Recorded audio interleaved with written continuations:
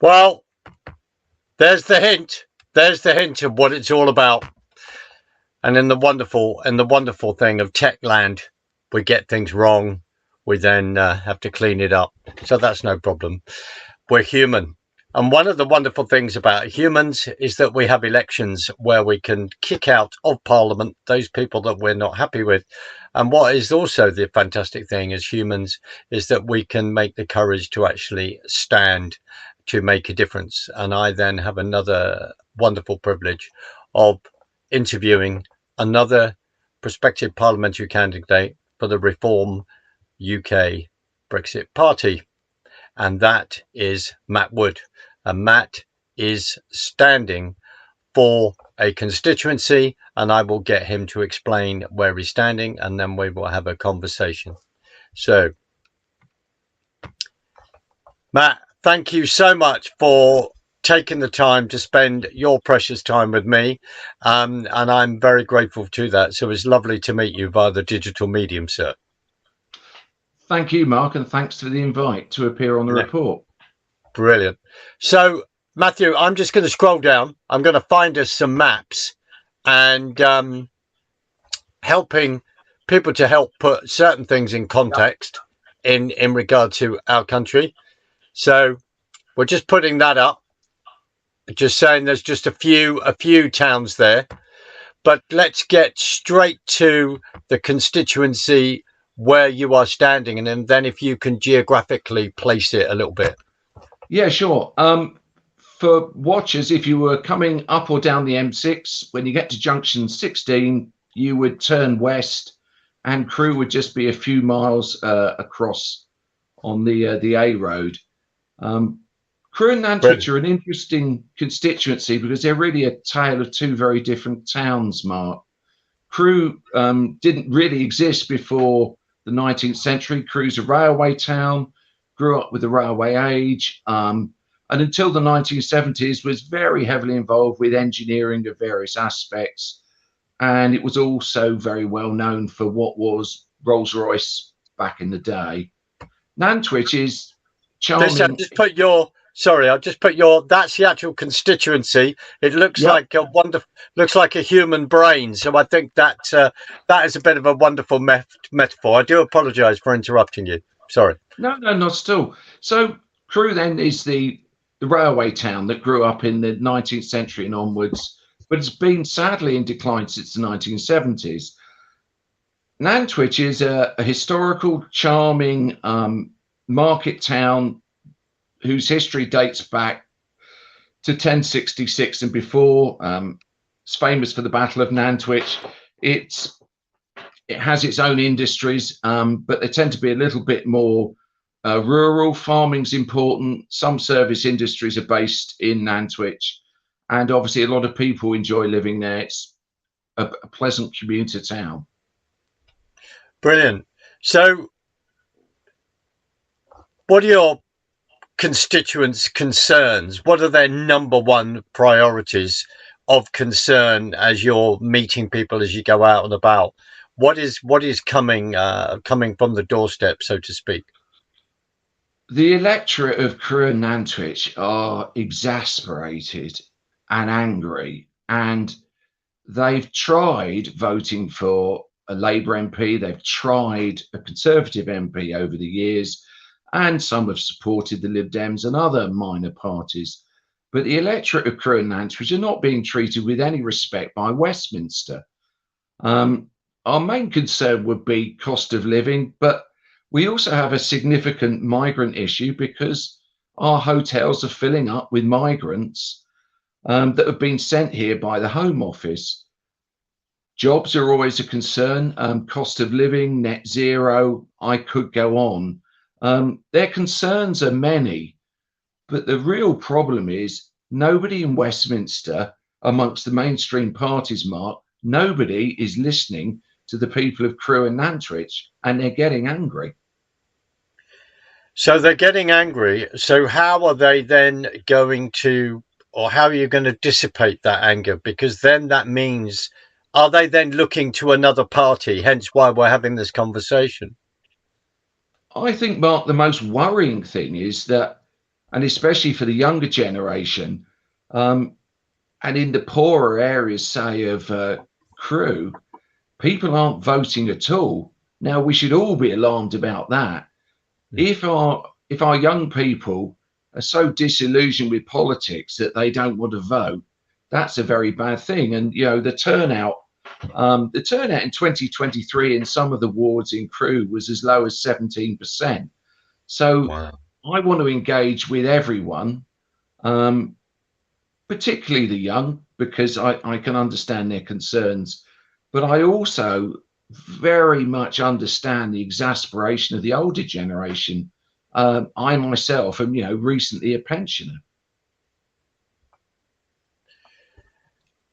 Matt, I mean, talking about the young, you've talked about the previous industrial heartland of Crewe and Yeah. around.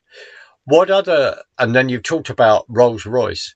What other industries have been there from the past? And then how can we look at getting jobs back and industry into the area? Can you comment on that? Are there Yeah, solutions on that? definitely. Although I don't want to make this all about Crewe, but back in the 1970s, Crewe Railway Works on its own employed 15,000 people, um, many of them in well-trained, skilled engineering jobs. Today, railway engineering in Crewe is a few hundred jobs.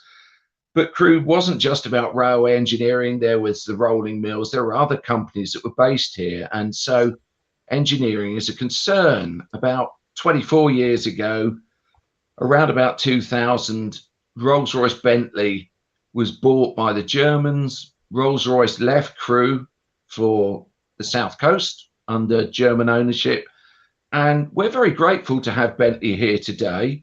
And it's not all bad news. We have some outlets like UTC, which is a training college in Crewe, which has been set up specifically to give young people a training in engineering technology. So that is a positive. But, and this is the but, Mark,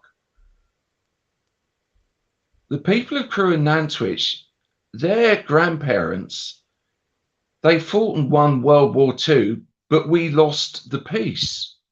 If I sit on Crewe Station now, I look at the rolling stock and the trains, and our railway companies are owned by foreign ownership. Deutsche Bahn is on the side of many trains.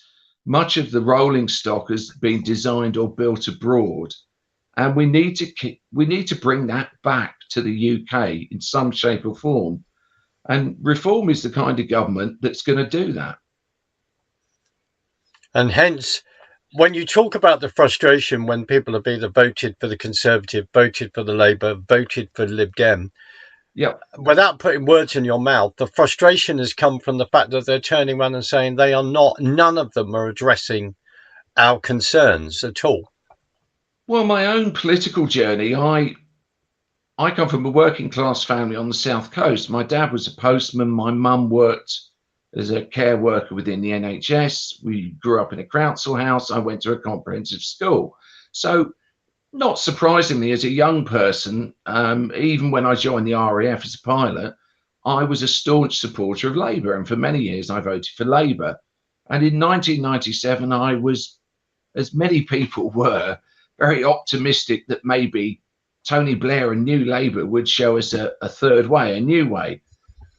By 2003 in the Iraq War, and bear in mind I just left the military then, I became very disillusioned with Labour. By 2010, I was supporting the Conservative Party, and for a few years, I was a member of the local Conservative Party. And again, once you see a party from the inside, you learn things. And I was extremely disappointed with the whole farrago around 2016, Cameron, and then Mrs. May. So in the end, rather than observe politics, I decided to join first the Brexit Party and now Reform UK and try and fix things. Because I think what most people in Crewe and Nantwich would agree is nothing works anymore. The electorate are angry because everything is broken. from potholes to the NHS to jobs to cost of living. So here I am, an angry old man. Well, you're not old, and you're now doing something really, really positive about it. I just want to show the picture of you in a plane, which I think would be a wonderful thing at this point, just to illustrate your point and your link with the services and your link with the RAF. After I left the RAF, I enjoyed a good career in the airline industry, but around about 2010, I wanted to give something back. And because I'd been an air cadet, I volunteered to become an air cadet pilot. And I eventually did about 10 years as an air cadet pilot, most of it on 8AEF at RAF Cosford, where that picture was taken.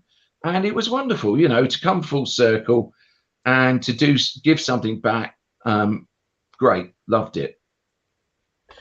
And I think that speaks of your then affinity of dealing with young people, and then your concern about young people and your concern of the future for young people as well. It's also interesting to hear about your political journey, and I, on a personal level, I can relate to that. And if we put certain things in context, we remember of the John Major government, back to basics, all this kind of thing, and then we discover he's having an affair with Edwina Currie. That's a subject for another day, and I don't want to get into litigation. But the key is that you've just said it brilliantly.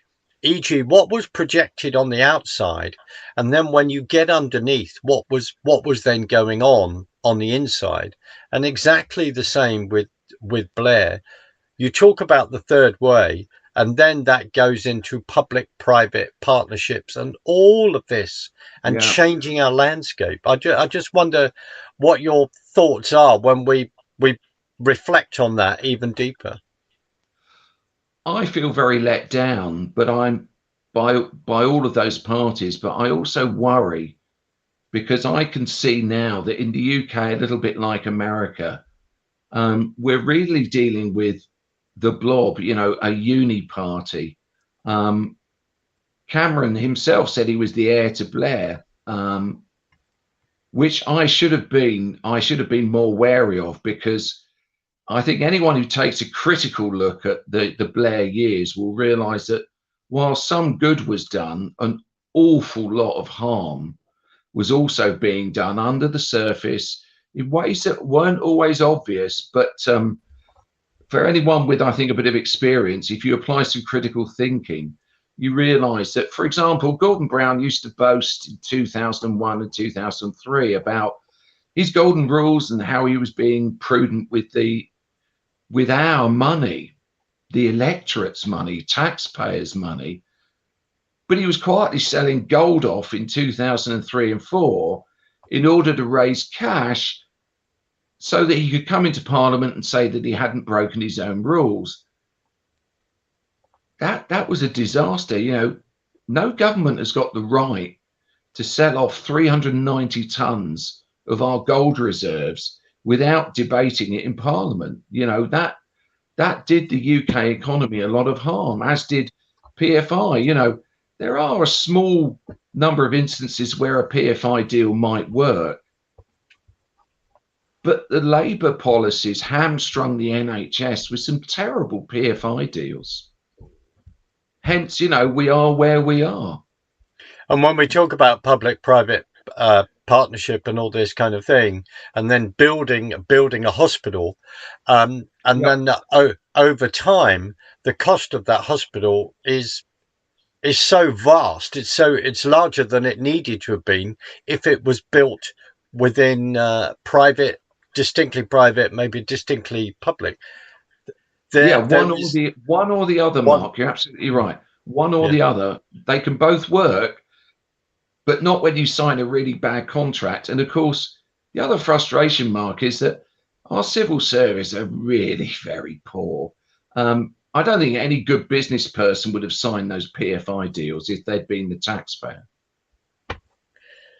Yes, because the people actually getting the deals, they were laughing all the way to the bank. You could, because they were constantly charging us as the taxpayer.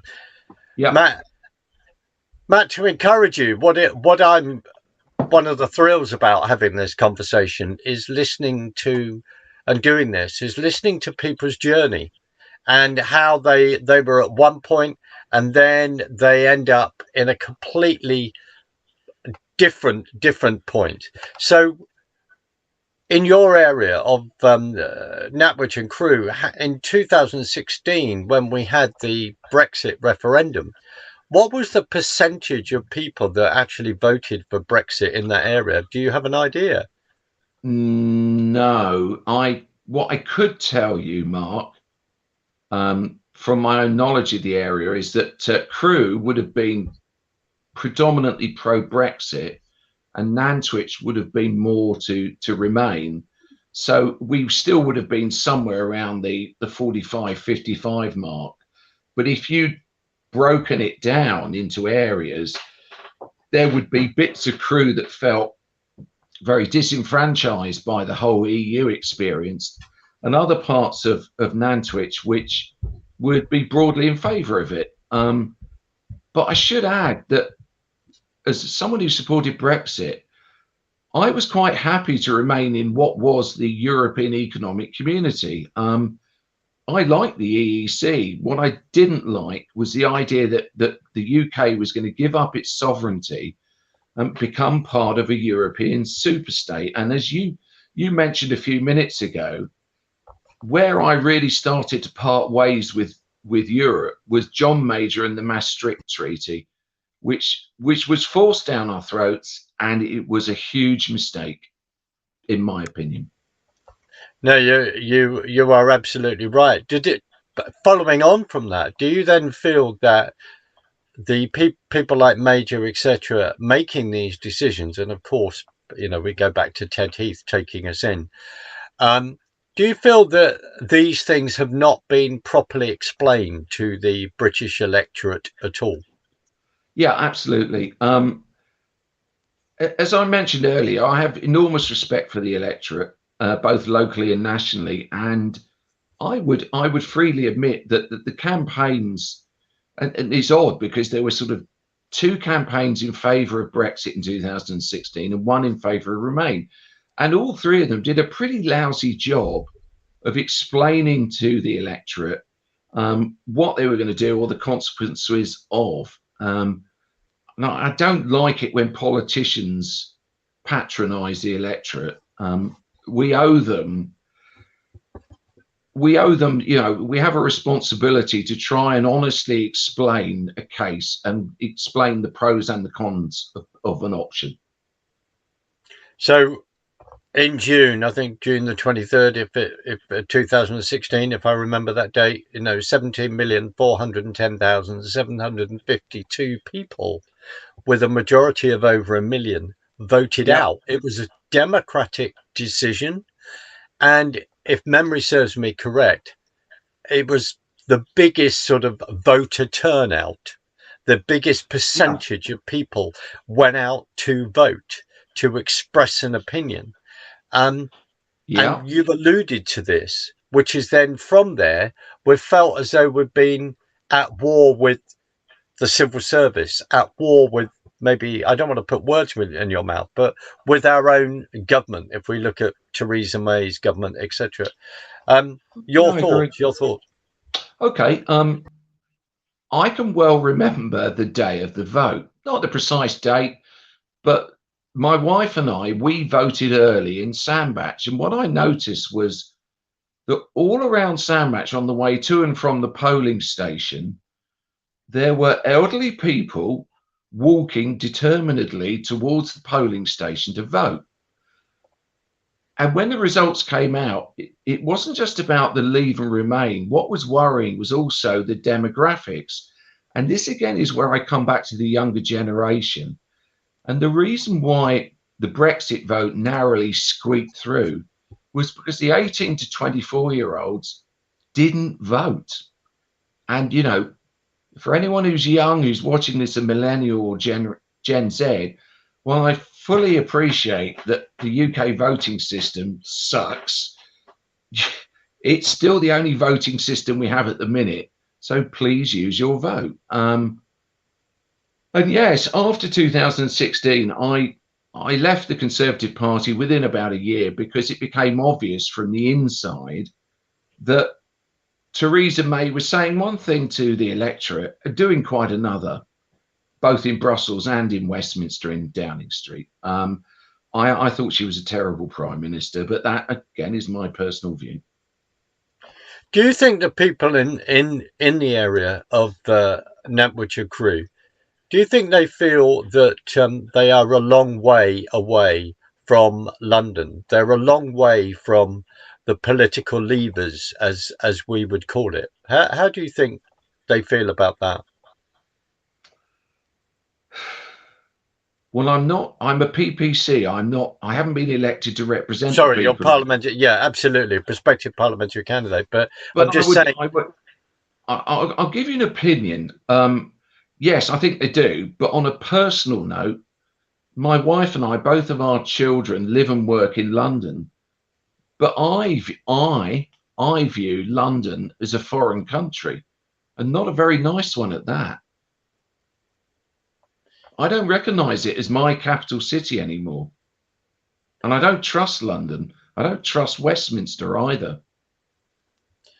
So there is this massive disconnect. So how do you feel London then view the regions? I mean, I know I'm slightly steering this discussion, but your thoughts.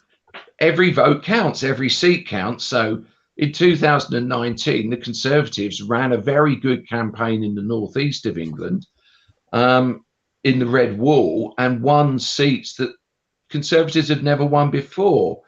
So it's not that they care about the north at election time, Mark, but here's an indication of why Westminster don't really take the north seriously or care about us.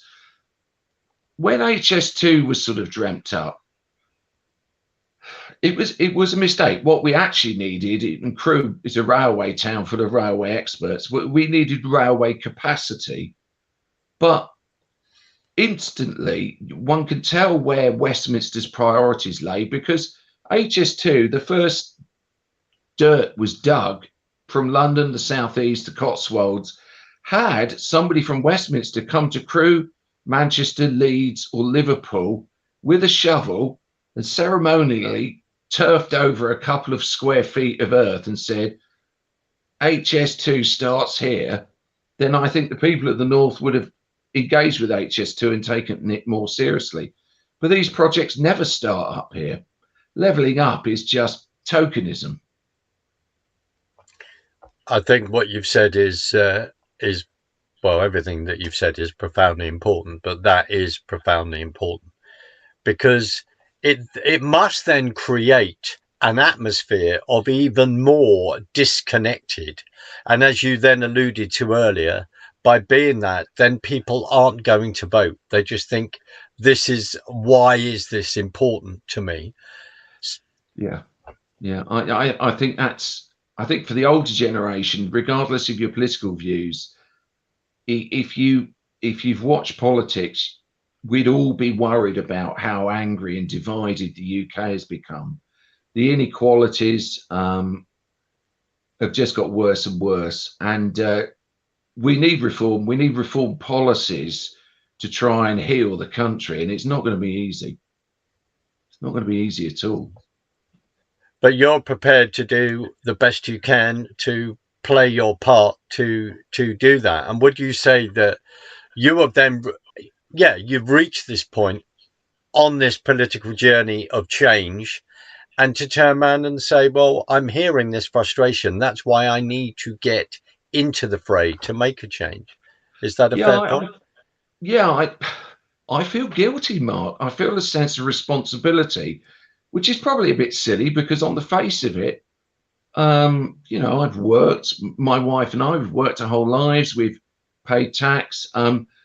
Interestingly, I did briefly work abroad in Madrid for EasyJet, but I take service to the country seriously, and I don't really understand quite how we've ended up in the mess we're in, but I want to do something.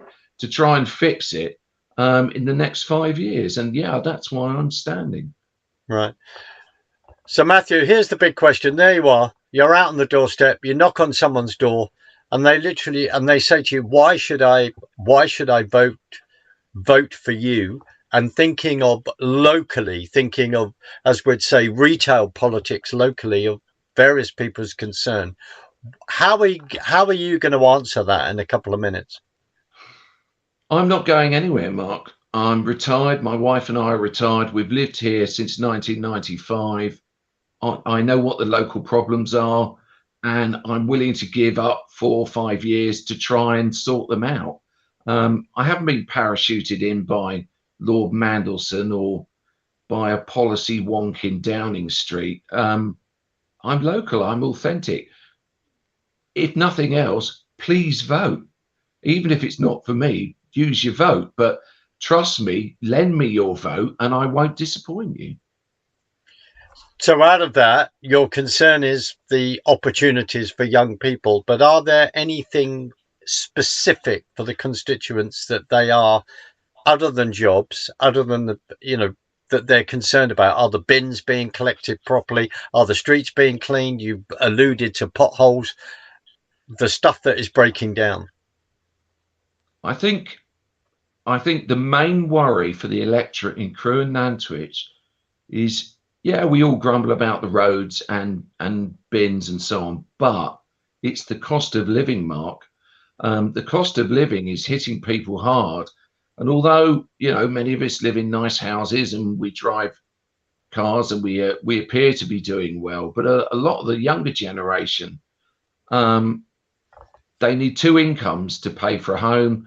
They can barely afford to have a family, and they're working every hour God gives them and just about hanging on by their fingertips. And if we have any more of this net zero rubbish, if electricity bills continue to go up, heating, food, it will bankrupt them. Right. That's a real danger. And the other thing is, Mark, people don't always want to talk about things like that, but they're worried. Why do excuse the stupid question, why don't you think people want to talk about it? Well, as I said earlier, or alluded to it, none of us want to admit that we got it wrong. I got it wrong over voting for Tony Blair.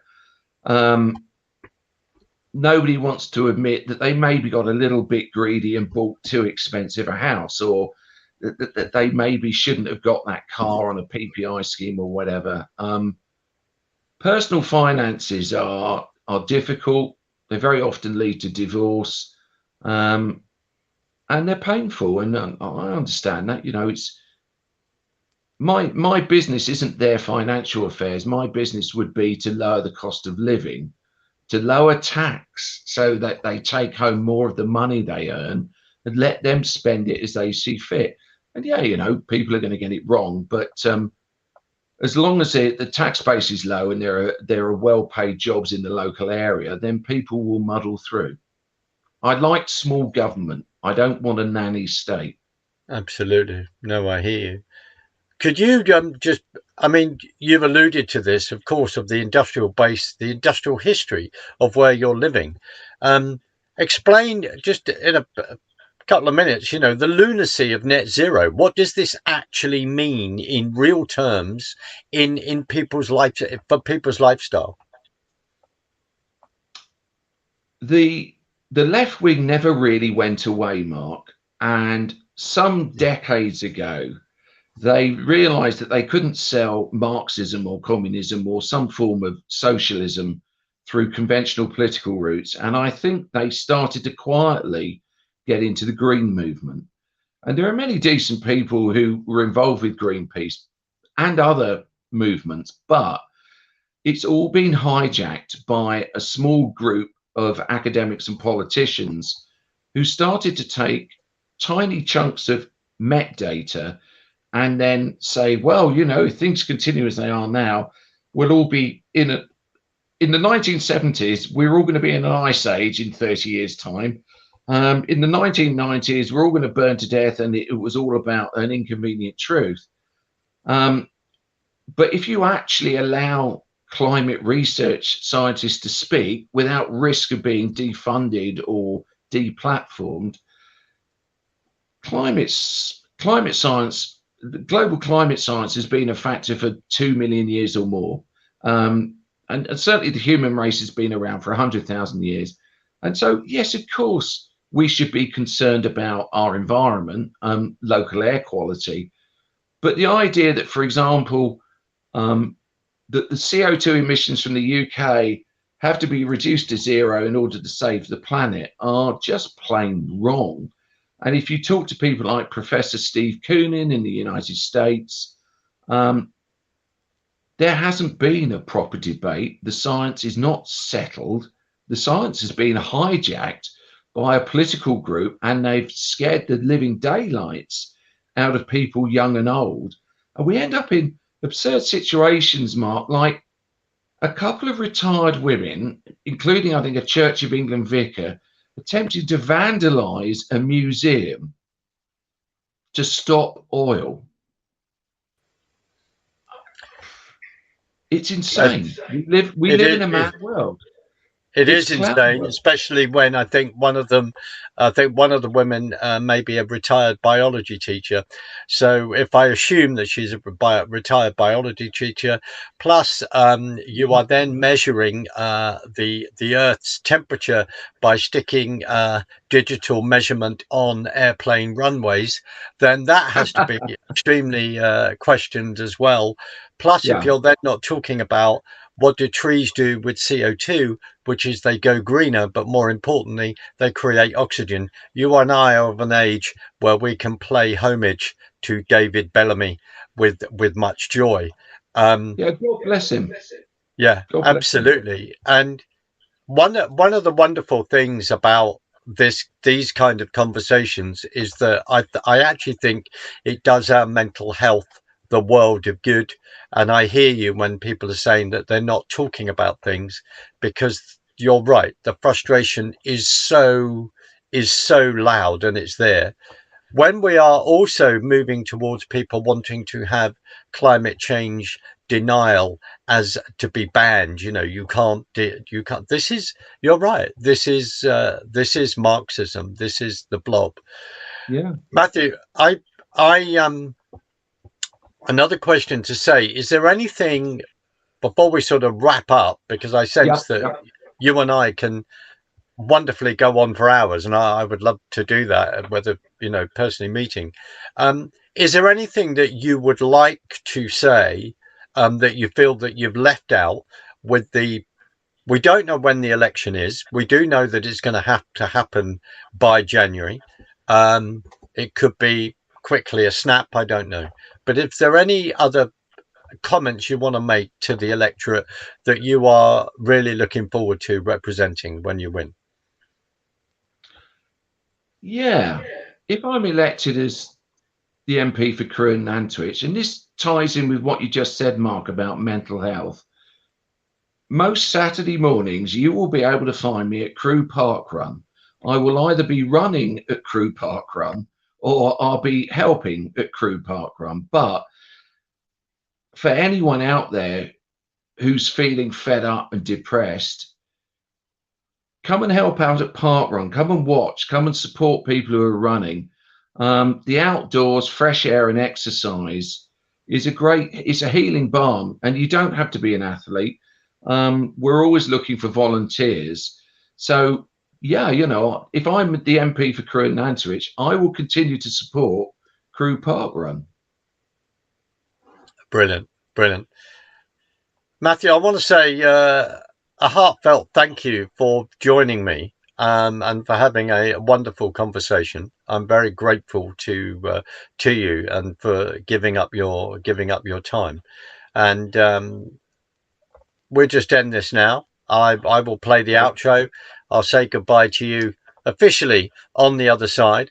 But ladies and gentlemen, thank you for joining us. Look up Mathew, find out more about him, support him, spread the word. Thank you for joining me on the channel. Please click, subscribe, follow what we're doing here. But Mathew, thank you very much again for joining me. It's much appreciated. Thanks, Mark, and I'll continue to support the Sutherland Report. Take care. Thank you.